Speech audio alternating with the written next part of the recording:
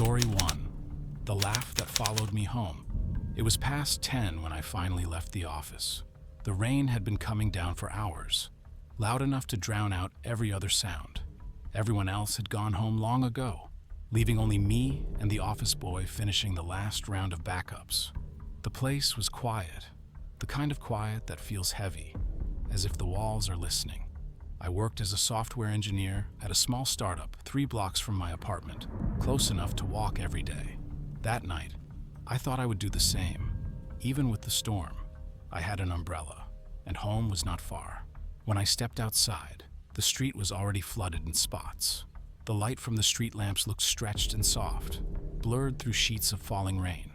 My phone had died earlier in the evening, so I had nothing but the sound of the storm for company. Normally, the road would be busy even at that hour, a mix of late-night taxis, bikes, and delivery riders cutting through traffic. But that night, there was nothing. No cars, no engines, no movement except the rain. The air felt thick, strange, almost metallic when I breathed. I walked faster, keeping my head down, trying to protect my bag under the umbrella. It barely helped. The wind kept shifting, breaking the rhythm of the rainfall into bursts. Every few seconds, thunder rolled far away, deep and slow, like something turning over in its sleep. That was when I first heard it. It sounded faint at first, like a broken chuckle carried by the wind. I thought it was an echo, some part of the storm playing tricks on me. But it came again, louder this time, sharp and unmistakable. It was laughter. I stopped walking. The rain pressed around me, heavy and endless. I turned, squinting through the haze, and saw him. A young man stood under the next streetlight. His hair clung to his forehead, soaked dark. Blood was running from a cut at the side of his head, tracing thin lines down his cheek and neck. He was smiling, but not in a way that belonged on a living face. The laughter that came from him was broken and low, like he was choking on it. For a few seconds, I just stared, trying to understand what I was looking at. He was young, early 20s at most, dressed like any student or intern leaving a long shift. I wanted to think he needed help, maybe had been in an accident. I took a step forward, and that was when he moved. He started walking toward me, then running. The suddenness of it caught me off guard. Before I could move, he was already on me, colliding with enough force to knock me down. The umbrella flew out of my hand and rolled into the street. My shoulder hit the pavement hard. I felt the shock go up through my arm. He was on top of me, gripping my shirt with both hands, his fingers trembling, his face twisted with confusion. Rain and blood mixed on his skin. He looked like he was trying to speak, but the words kept breaking into sounds that weren't words at all. It was as if he was apologizing for something. Then he started to cry. It wasn't normal crying. His body shook violently, his voice cracking between sobs and laughter that didn't match the tears. The sound of it crawled under my skin. His head tilted back suddenly, and I saw his eyes roll upward until only the whites showed. His mouth opened wide, and what came out of it wasn't human anymore. He started laughing again, high-pitched, sharp, and endless. I felt it vibrate in my chest like it was coming from inside me instead of him. I pushed him off, scrambled to my feet, and stumbled backward. He fell onto the wet pavement, his body twisting, arms jerking like he was fighting against something unseen. He clawed at the air, and then slammed his fists into the ground. Between each movement, he screamed for help. The voice sounded real, scared, desperate, but his face was still locked in that awful grin. I stood there for one more second before my body decided for me. I turned and ran. I didn't look back. The road seemed to stretch longer than it ever had before. My shoes slapped against the water, my heartbeat matching the thunder. Behind me, the sound of his voice followed, screaming for help one second, laughing the next, until it all faded into the noise of the rain. When I reached my apartment building, I could barely feel my legs. My clothes clung to me, dripping onto the floor. My wife opened the door, her face a blur through the stormlight, asking what happened, why I looked so pale. I told her it was nothing, just the weather. I didn't want to see her reaction if I told her what I had really seen. That night, I couldn't sleep. The image of that boy's face kept flashing in my mind, the sound of his voice circling inside my head. Every time I closed my eyes, I heard the laughter again, faint but close. By morning, I had almost convinced myself it wasn't real, a trick of exhaustion, a bad night mixed with too much caffeine and too little sleep. I made coffee, sat down, and opened my phone to scroll through the news. Then I saw it. The headline showed a photograph of a young man. He had the same face, the same cut above his eyebrow, the same pale eyes. The article said he had jumped off the roof of a commercial building near my office sometime between 10 and 11 the previous night. They called it suicide. I stared at the screen for a long time. It was impossible to process. The timeline matched too closely. The rain, the time, the distance. I had seen him alive when he was already dead, or something pretending to be him. Now, every time it rains like that, I feel the same chill crawl up the back of my neck. I still walk that route home, though I never stay late anymore. The building where he jumped is easy to spot, the one with the red lights at the top that flicker when the weather turns bad. Sometimes, when the storm hits hard and the streets go quiet, I hear it again. Not words, not even clear sound, just a faint trace of laughter behind me. It comes and goes with the thunder, like something carried by the wind that refuses to leave. And every time, no matter how far I've walked, I still feel the urge to turn around, but I never do.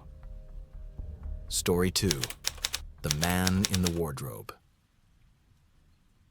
I was 15 when it happened. My parents had left that weekend to attend my uncle's funeral out of town. Before leaving, they made me promise to keep all the doors and windows locked no matter what.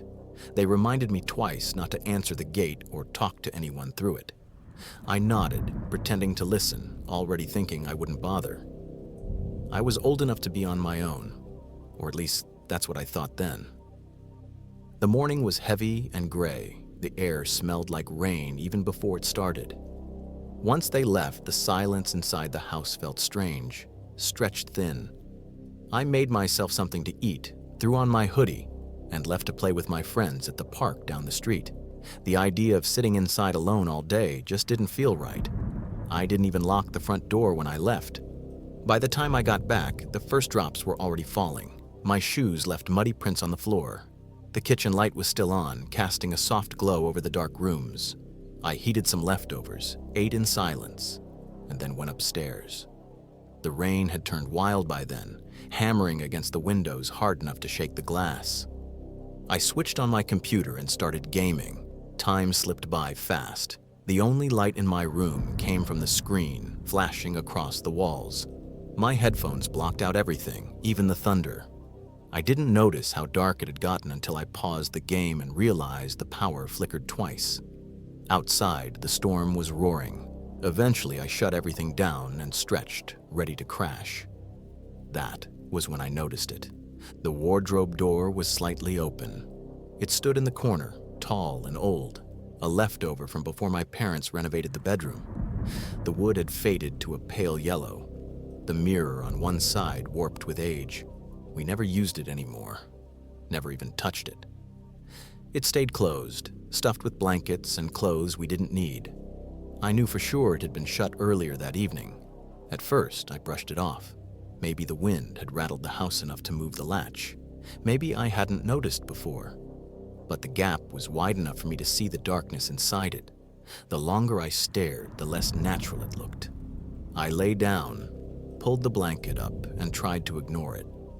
But that small opening kept drawing my eyes back. The room was quiet except for the dripping from somewhere near the window. The storm outside had softened, leaving a rhythm that made everything feel too still. After a few minutes, I pretended to roll over in my sleep, keeping my eyes half open. That was when I saw it. There was someone inside the wardrobe, a man crouched low in the shadows. He wore a hoodie and a cap pulled down over his face. He wasn't moving, not breathing heavy, not shaking, just staring. His eyes were visible beneath the brim, locked on me through the narrow crack of the door. My throat tightened. I didn't move. I didn't even blink.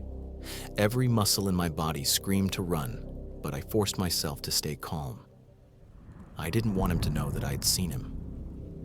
I decided to act normal, to pretend I hadn't noticed. I sat up slowly, stretched my arms like I was sleepy, and stood. My feet felt like they were moving through water. I walked toward the door as casually as I could, every step careful. When I reached the hallway, I started down the stairs. Halfway down, panic finally broke through the calm. My steps quickened. I tried to stay quiet, but the sound must have changed just enough for him to hear, because that was when the footsteps started. They came from above me, fast and hard, crashing against the floor as he ran. My heart stopped. I didn't look back. I didn't think. I just ran.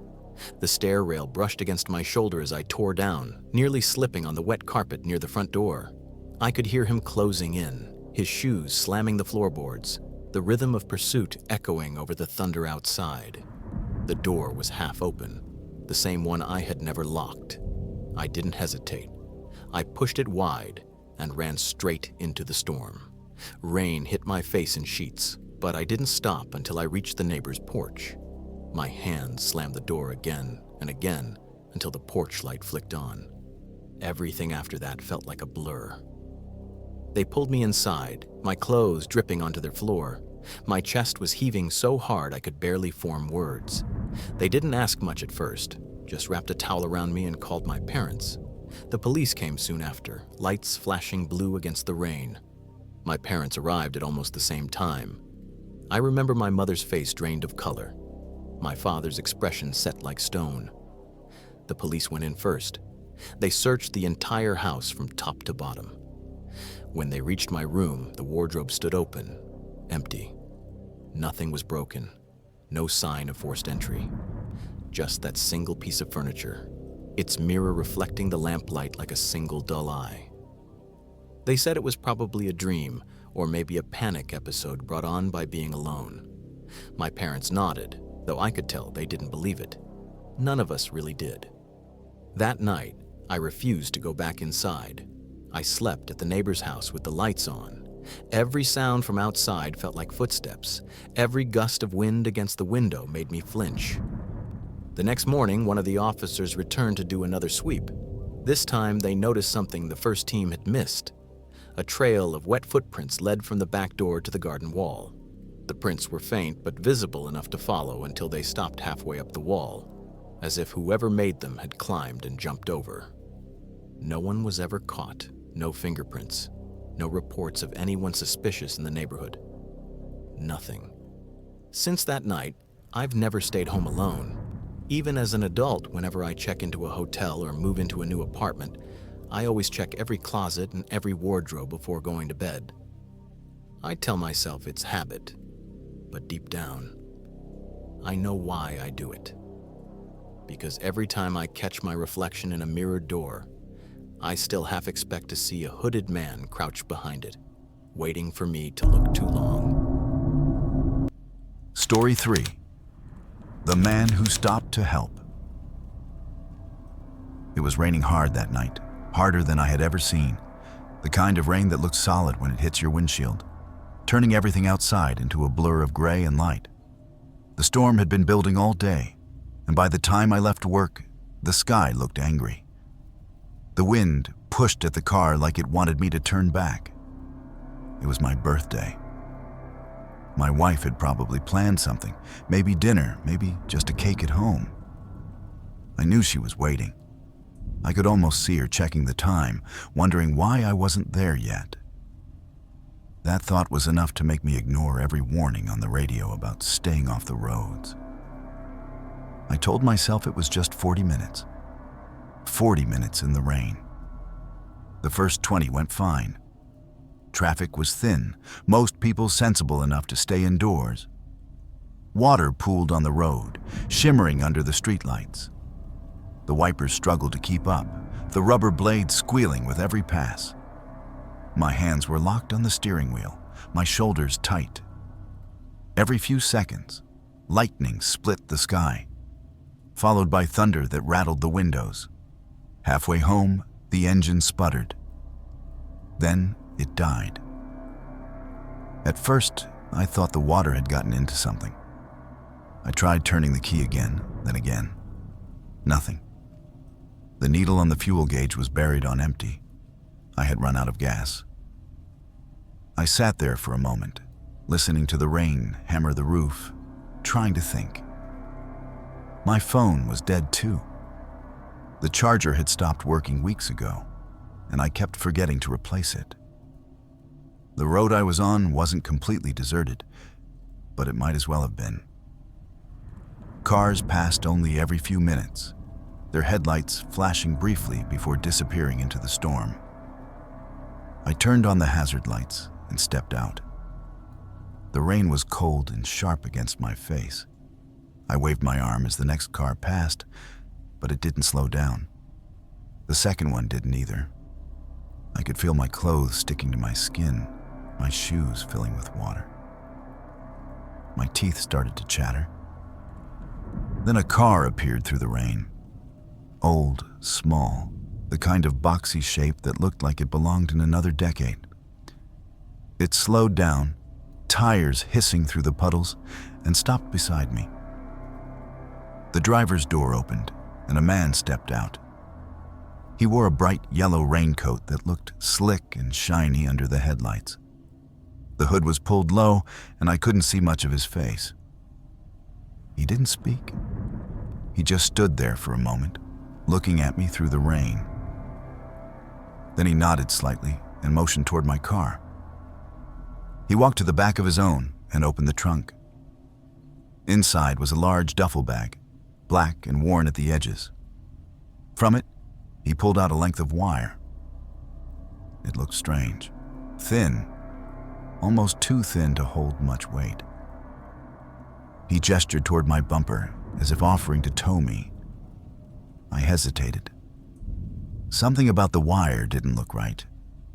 It wasn't a rope or a proper tow cable, just a piece of coiled metal that shimmered in the rain like a piano string. Still, I didn't want to stand there in the storm any longer than I had to. I nodded back, trying to thank him over the sound of the wind. He approached slowly. The rain poured down harder, and for a few seconds, I lost sight of him behind the glare of my hazard lights. When I turned back toward the trunk, he was closer than I expected. Too close. Before I could react, he lunged. The wire flashed in his hands, and then it was around my throat. The first pull came fast, strong enough to lift me off balance. My back hit the car door. I grabbed at the wire, trying to wedge my fingers underneath, but it only cut deeper. My lungs burned. I could hear the rain, the thunder, and the sound of my own heartbeat pounding in my ears. His face was inches from mine, hidden in the shadow of the hood. I could see his eyes, though, flat, empty, like he wasn't really there. I tried to fight back. My hands clawed at his wrists, my knee drove upward, but he was stronger. The wire bit into my skin until everything blurred. I could taste blood, metallic and cold, mixing with the rain that ran into my mouth. My vision flickered. I thought about my wife, about how she might still be waiting, candles lit, wondering why I was late. I wanted to move, to shout, to do anything. But my body was giving up. Then, somewhere in the distance, I heard a horn, a long blaring sound that cut through the storm. Headlights flared behind the yellow raincoat, bright enough to turn him into a silhouette. The pressure around my neck loosened. I collapsed onto the wet road, coughing, dragging in air that felt like knives. The man turned sharply, his body half shielding his face from the oncoming lights. For a moment, he looked like he was about to run. Then he did. He jumped into his car and drove off, the tires spinning water behind him. The next few minutes were fragments. Hands pulling me up. Someone shouting for help. A siren somewhere in the distance. Then nothing. When I woke up, I was in a hospital bed. The room was bright, the smell of disinfectant sharp, My throat hurt so badly that I could barely swallow. My wife was asleep in the chair beside me, her hand on my arm. For a while, I just stared at the ceiling, piecing together what had happened. Later, I learned everything. The man in the yellow raincoat wasn't just some stranger on the road. He was a wanted killer who had been moving between towns for months, known for attacking stranded drivers during storms. They said he used piano wire to strangle his victims before taking their bodies to sell for parts. The police told me I had been lucky.